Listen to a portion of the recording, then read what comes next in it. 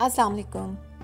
The Islamic warriors channel में आपको खुश आमदीद। नाज़रीन, कुरुलुश उस्मान एक नहायत दिलचस्प और मालूमाती ड्रामा है जिसकी वजह से आजकल की हमारी नौजवान नस्ल को काफ़ी कुछ उस्मानी खिलाफत के बारे में जानने को मिल रहा है। आजकल एक मौजू काफ़ी ज़ेरे बहस है और वो ये है कि उस्मान गाजी की कितनी बीवियाँ थीं। यूँ तो हमारे इस चैनल में हम सिर्फ अपने इस्लामिक वॉरियर्स का ही तज़किरा करते हैं, पर यह मौजू इस्लाम के एक ऐसे ही जंगजू की ज़िंदगी से मुतालिक है जिसने इस्लाम का पूरी दुनिया में बोलबाला किया। हमने उस्मान गाजी की ज़िंदगी से मुतालिक काफ़ी मौरख़ीन की कुतुब का मुताला किया जिनसे हमें काफ़ी मालूमात भी मिलती हैं, पर हम यहाँ आपको एक और बात बताते चले कि उस्मान गाजी की ज़िंदगी से मुताल्लिक़ बेशतर मौरख़ीन ने उनकी वफ़ात के 100 साल बाद ही लिखना शुरू किया। लिहाजा इस बात का कभी इम्कान है कि जो मालूमात हम तक पहुँची वो 100% दुरुस्त ना हो। नाज़रीन, इन तमाम मौरख़ीन में आशिक पाशाज़ादे को तुर्कों में बहुत अहमियत हासिल है, क्योंकि आशिक पाशाज़ादे उस्मान के घराने के बहुत करीब थे और ये सुल्तान मुराद के ज़माने में ही थे। आशिक पाशाज़ादे ही सल्तनत उस्मानिया के पहले तारीख़दान थे। उन्होंने अपनी ज़िंदगी के आखिरी सालों में सल्तनत उस्मानिया के बारे में लिखना शुरू किया, इसलिए हम तमाम मौरख़ीन से ज़्यादा आशिक पाशाज़ादे की ही तहरीर करदा तारीख़ पर इन्हिसार करेंगे। नाज़रीन, आशिक पाशाज़ादे का ये भी कहना था कि सल्तनत उस्मानिया की शुरुआत की मालूमात उन्हें याशी फ़की से मिलती है। याशी फ़की ओरहान गाजी के इमाम इलियास फ़की के बेटे थे जिनका उस्मानिया खिलाफत की बुनियाद रखने में एक अहम किरदार रहा है। इसीलिए सल्तनत उस्मानिया की शुरुआत की तारीख के बारे में कुछ ज़्यादा तो नहीं मिलता, पर 15वीं सदी से जो वाक़यात उन्होंने खुद देखे इनके बारे में वो खासी तफसील से बयान करते हैं। इसीलिए हम ये भी मान सकते हैं कि जो मालूमात याशी फ़की के ज़रिए पहुँची वो भी कदरे दुरुस्त होगी। नाज़रीन, ये हवाला देना इसलिए ज़रूरी था कि हमें इस बात का अंदाज़ा रहे कि जिस ज़रिए से हम तक मालूमात पहुँची वो एक मुस्तनद ज़रिया है। आशिक पाशाज़ादे ने उस्मान खान और बाला खातून की मोहब्बत का किस्सा बहुत दिलचस्प अंदाज में बयान किया है। वो कलमबंद करते हैं कि उस्मान गाजी एक दीनदार इंसान थे। वो दीनी इल्म सीखने के लिए अपने वालिद के दोस्त शेख अदब अली के पास जाते थे। शेख अदब अली आही कबीले के एक बाअसर शेख थे। इनकी बेटी राबिया बाला खातून से जब उस्मान की मुलाकात हुई तो वो इसकी मोहब्बत में गिरफ्तार हो गए।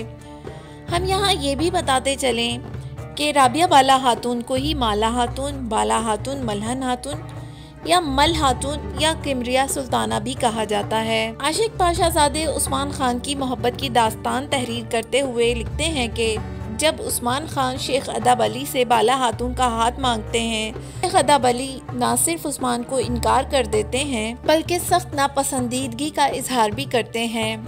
राबिया बाला खातून से शादी करने के ख्वाहिशमंद सिर्फ उस्मान ही न थे बल्कि कई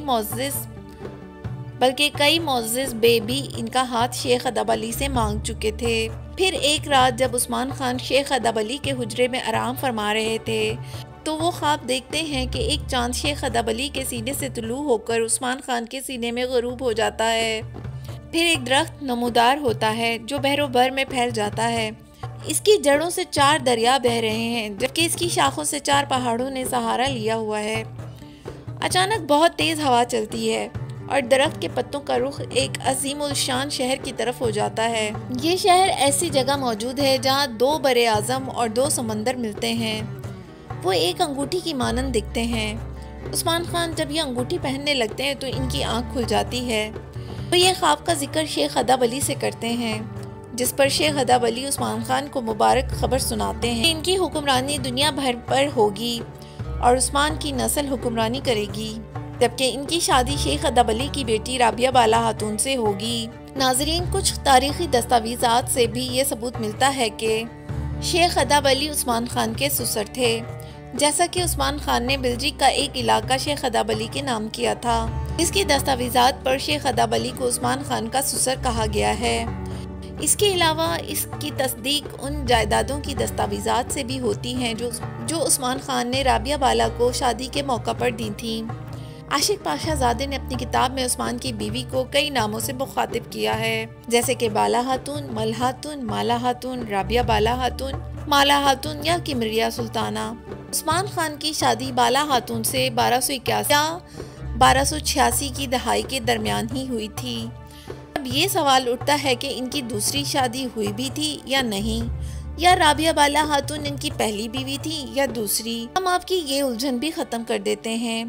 ہم عثمان کی شادیوں کی تصدیق کچھ تاریخی واقعات کا جائزہ لے کر کرتے ہیں۔ عاشق پاشا زادے اپنی کتاب تاریخ العثمان میں نہایت ہی شاعرانہ طریقے سے بیفیس کی جنگ کا تذکرہ کرتے ہیں اور کہتے ہیں کہ ارطغرل کی جب وفات ہوئی تو عثمان نے قبیلے کی سرداری سنبھال لی اور رومی بادشاہ کو بیفیس کی جنگ میں شکست دی۔ یہ خبر علاؤالدین تک پہنچی تو اس نے سلجوق کے ایک وزیر کے ہمراہ 50 اونٹ، 50 گھوڑے اور 50 خچروں کے ساتھ ساتھ نبی کریم صلی اللہ علیہ وسلم کے روضہ مبارک کی مٹی، علم اور طبل بھی بھیجا۔ اسی وزیر کے ہمراہ مصر کے ایک سلجوقی عہدیدار عبدالعزیز کی بیٹی بھی عثمان سے شادی کے لیے بھیجی تاکہ سلجوقوں اور عثمانیوں کا اتحاد مضبوط ہو سکے۔ عاشق پاشا زادے یہ بھی کہتے ہیں کہ عبدالعزیز کی بیٹی بہت خوبصورت تھی۔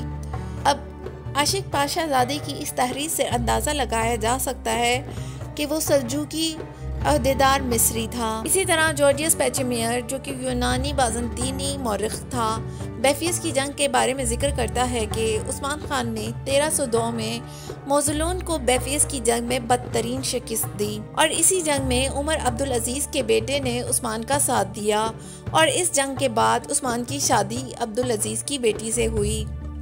ناظرین، چونکہ جارجیس پیچمیئر ایک بازنطینی مورخ تھا، اس لیے اس نے زیادہ تر توجہ بیفیس کی جنگ پر دی اور عثمان کی زندگی کے بارے میں کچھ زیادہ نہیں لکھا، جبکہ مولانا ناصری جو کہ 15ویں صدی کے مورخ تھے وہ لکھتے ہیں کہ عثمان کی 2 بیویاں تھیں، رابعہ بالا خاتون اور ملہن خاتون۔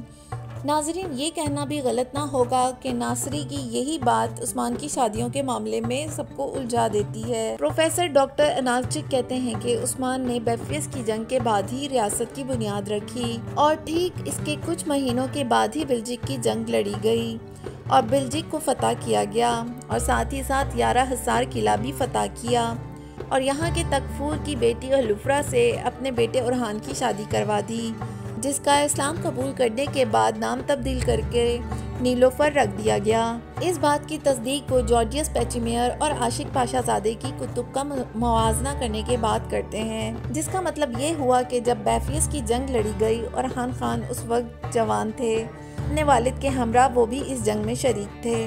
ہم ان تمام مورخین کی بیان کردہ واقعات سے یہ نتیجہ اخذ کر سکتے ہیں کہ عثمان خان کی ہو سکتا ہے 2 بیویاں ہوں، مگر جہاں تک رہی بات اورحان خان اور علاؤالدین پاشا کی والدہ کی، رابعہ بالا خاتون ہی دونوں شہزادوں کی والدہ تھیں، جبکہ عاشق پاشا زادے اور پیچمیئر کی تحریروں کے مطابق عثمان کی شادی بیفیس کی جنگ کے بعد عبدالعزیز کی بیٹی سے ہوئی، اس کا نام تاریخ میں نہیں بتایا گیا۔ بیفیس کی جنگ 1299 سے 1302 کے بیچ کے عرصے میں ہوئی، جس کی تصدیق دور حاضر کے تاریخ دان خلیل انالچک عاشق پاشا زادے اور پیچمیئر کی کتب کے موازنے کے بعد کرتے ہیں۔